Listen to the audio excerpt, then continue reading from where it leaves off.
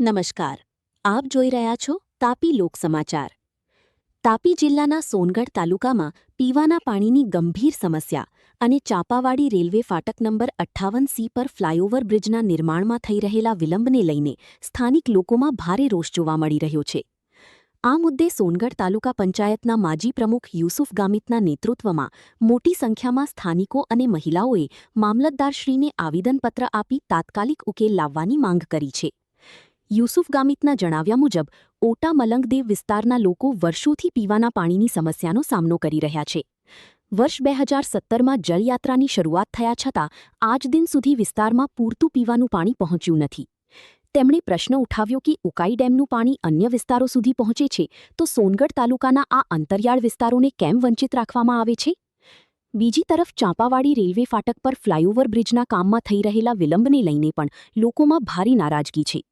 ફાટક લાંબા સમય સુધી બંધ રહેતા લોકોને ભારે હાલાકીનો સામનો કરવો પડે છે અને 108 જેવી કટોકટીની સેવાઓ પણ અસરગ્રસ્ત બને છે।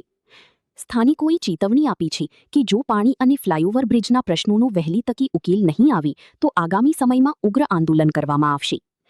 બ્યુરો રિપોર્ટ મનીષ જ્ઞાનચંદાની, તાપી લોક સમાચાર। મારું નામ યુસુફ ગામિત છે। હું સોનગઢ તાલુકા પંચાયતનો માજી પ્રમુખ છું। ચૂંટણી દરમિયાન લોકોની જે રજૂઆત હતી ઓટા મલંગદેવ વિસ્તારમાં પાણીની સમસ્યાને લઈને 2017માં જળયાત્રા કાઢવામાં આવી હતી। ઓટાથી જળયાત્રાની શરૂઆત થઈ હતી, પરંતુ ઓટા વિસ્તારમાં આજ દિન સુધી પાણી પહોંચ્યું નથી।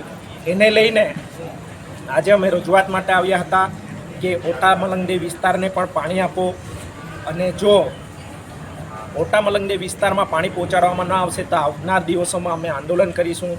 કારણ કે કોઈ ઉકાઈ ડેમમાંથી ઉમરપાડા બાજુ, સુરત બાજુ અને આહવા બાજુ પીવાનું પાણી લઈ જવામાં આવતું હોય તો ઓટા મલંગદેવ વિસ્તારને પણ પાણી મળવું જોઈએ।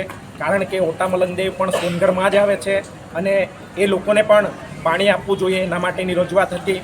એની સાથે સાથે ચાપાવાડી ફાટક 58C કે જ્યાં યુવક કોંગ્રેસ દ્વારા રેલ રોકા આંદોલન કરવામાં આવ્યું હતું, અમે બધા જ આંદોલનમાં સહભાગી હતા। આટલા વર્ષોથી આ લોકોનો પ્રશ્ન છે, પરંતુ સરકાર આ પ્રશ્ન તરફ ધ્યાન આપતી નથી। અને સાંસદ પ્રભુભાઈ વસાવાએ એવું કીધું હતું કે ડીપીઆર મંજૂર છે, પરંતુ હજુ સુધી ફ્લાયઓવર બ્રિજ બનાવવામાં આવ્યો નથી। એને લઈને અમારા દક્ષિણ વિસ્તારના લોકોને ખૂબ જ તકલીફ પડે છે। 108 જેવી સુવિધાઓ છે એને પણ ત્યાં ઊભા રહેવું પડે છે। અડધો કલાક સુધી ઊભા રહેવાથી ત્યાં લોકો ખૂબ જ અકળામણ અનુભવે છે અને લોકોને ખૂબ જ તકલીફ પડે છે। એના માટે હવે ફરીથી અમે આંદોલન કરવા જઈ રહ્યા છે।